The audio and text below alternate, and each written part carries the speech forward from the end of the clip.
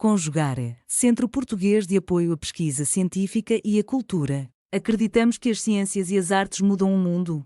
O conhecimento transforma, e isso nos motiva.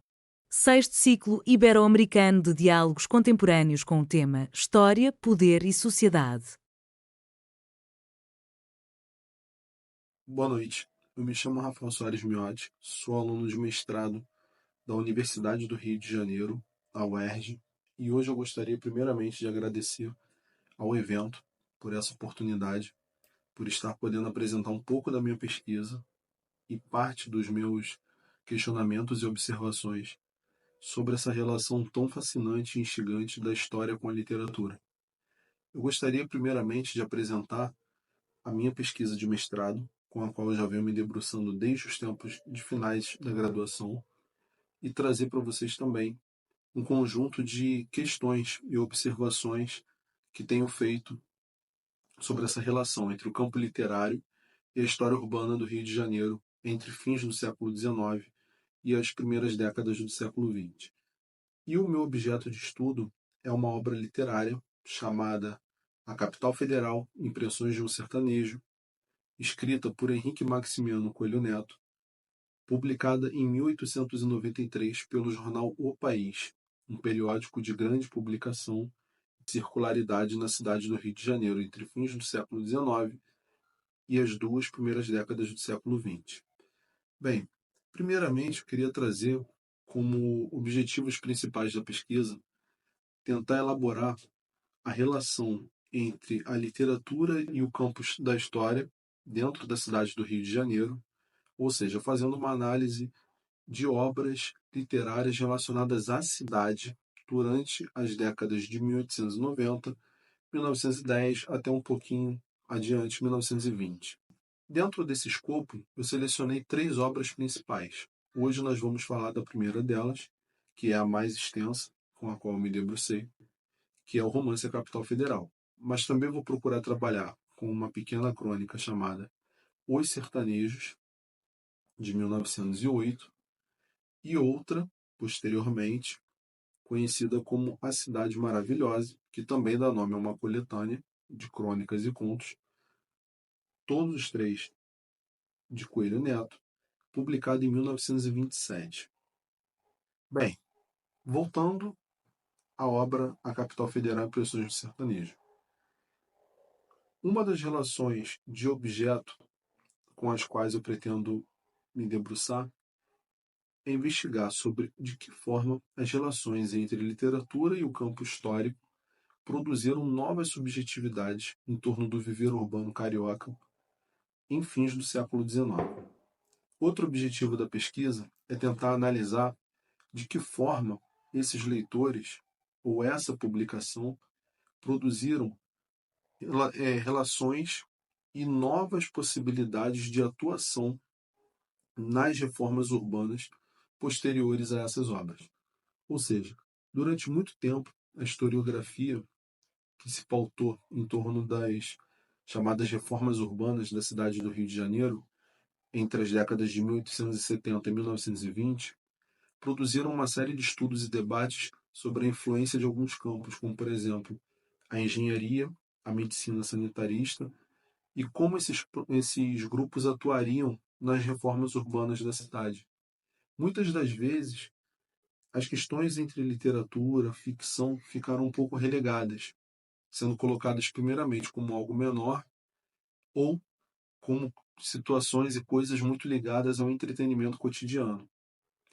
Sabemos que certos pontos da literatura nem sempre se colocaram a esse valor menor. Muitas vezes as obras literárias produziram novas possibilidades de compreensão, não só da cidade como do próprio país, mas também formularam a opinião de toda uma geração de leitores e, principalmente, se colocaram como formuladores de opiniões e criadores de imagens de desejo, e aí nos amparando já com uma das linhas teóricas principais que norteiam o nosso trabalho, que é a questão das imagens dialéticas produzidas pelo Walter Benjamin, que aparece no nosso quadro teórico. As imagens dialéticas elas são muito ricas para explicar ou tentar compreender esse período da literatura e da historiografia carioca durante a virada do século XIX, porque elas nos dão conta de toda uma nova gama de anseios e desejos pelos quais a literatura e a história estavam sendo atravessadas em relação à modernização e as relações entre os indivíduos e a modernidade. Aí, dentro do quadro teórico, nós já temos também as questões ligadas ao modo como os leitores não se colocam de maneira passiva, ou seja, ao ler uma obra, o leitor estabelece novos parâmetros de inteligibilidade, onde ele vai recorrer ao real para tentar amparar essas ligações cognitivas, como esclarece Ivan Jablonka. Ao fazer isso, o leitor produz novas interpretações e novas subjetividades sobre aquela obra lida. Na cidade do Rio de Janeiro, isso é muito frequente e muito latente. As obras literárias fomentaram muitas questões ligadas a bairros e principalmente a regiões da cidade. Ao próprio Coelho Neto é atribuído o epíteto da cidade de cidade maravilhosa. Embora isso não seja o objetivo da pesquisa, e nem seja possível atribuir ao Coelho Neto propriamente a alcunha ou a autoria do termo.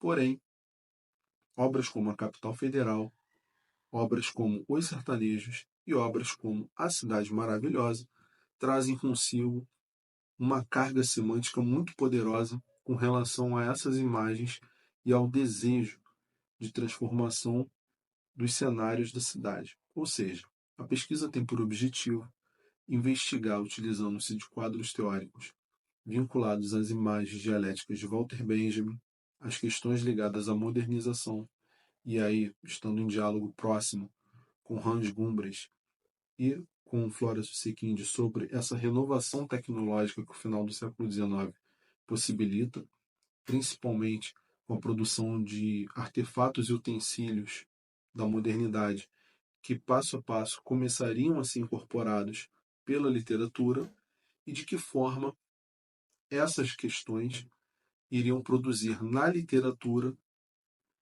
questões que impactariam na realidade da cidade a posteriori. Passando diretamente para a obra tem alguns eixos fundamentais. Primeiramente, é uma obra que traz consigo 5 personagens principais. Eu faço uso desses 5 personagens para tentar criar um eixo cognitivo na obra. O primeiro é o protagonista, Anselmo Ribas, um personagem oriundo do meio rural, que vai até a capital federal passar uma temporada na casa de um tio, muito abastado, Serapeu Ribas.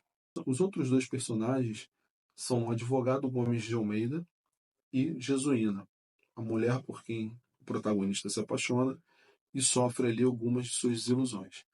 Mas o ponto principal entre os personagens não significa nem tanto a trama da obra, mas sim a própria cidade do Rio de Janeiro. É interessante perceber como o Coelho Neto atribui à cidade contornos de sujeito e não mais de cenário, onde as dinâmicas simplesmente aconteciam. Outro ponto muito interessante é tentar observar, em alguns momentos da obra, a forma como o personagem principal se depara com as estruturas da cidade e de que forma ele gostaria de ver, mas não vê, não acaba encontrando na realidade tais anseios realizados. Por exemplo, em determinado ponto da obra, o personagem faz alusão ao se deparar com a Rua do Ouvidor, a principal artéria da cidade, com uma visão muito pessimista. Ele gostaria de ter observado outro cenário, um cenário muito mais ligado aos grandes bulevares de fim de século e que nada tinham a ver com a via principal da cidade durante o período. Isso nos dá conta de toda uma relação de subjetividades que estariam ligadas ao viver urbano carioca, ao movimento em que a literatura procura fazer de integrar não apenas a modernização, mas também de reproduzir novas orientações e interpretações em torno dessa modernidade que estava vindo semeada pelas reformas. O interesse do autor é tentar apresentar não um espelho concreto sobre a realidade.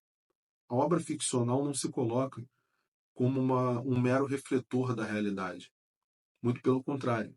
As obras literárias, elas muitas vezes, naquilo justamente que está implícito a elas, trazem as questões mais profundas e mais significativas com relação ao campo da realidade.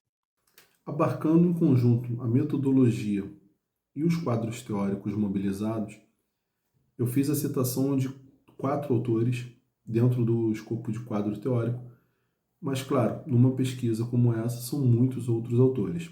Eu gostaria apenas de citar esses 4, porque seriam aqueles mais norteadores dos debates e discussões. Dentro da história da própria cidade, é interessante observar também que as relações entre ficção e história nem sempre se estabelecem como um simples reflexo. A escrita do autor nem sempre está a serviço da realidade. Muito pelo contrário, muitas vezes as questões ficcionais estão para além do campo da realidade e, ao retornar por meio da leitura, se estabelecem elos e contradições. E essas contradições não são necessariamente deméritos das obras ficcionais. As obras ficcionais, muito embora não tenham qualquer tipo de compreensão ou representação de proximidade com a realidade, não seja esse seu objetivo, a obra ficcional não tem a obrigação de se estabelecer como verdade, nem sempre também estariam falando mentiras ou produzindo inverdades sobre determinado período histórico. E o ponto em geral das obras do Coelho Neto durante essas 2 décadas é estabelecer uma relação com a cidade onde os personagens, primeiramente, são levados aos desejos e que, num momento posterior, acabam sofrendo desilusões.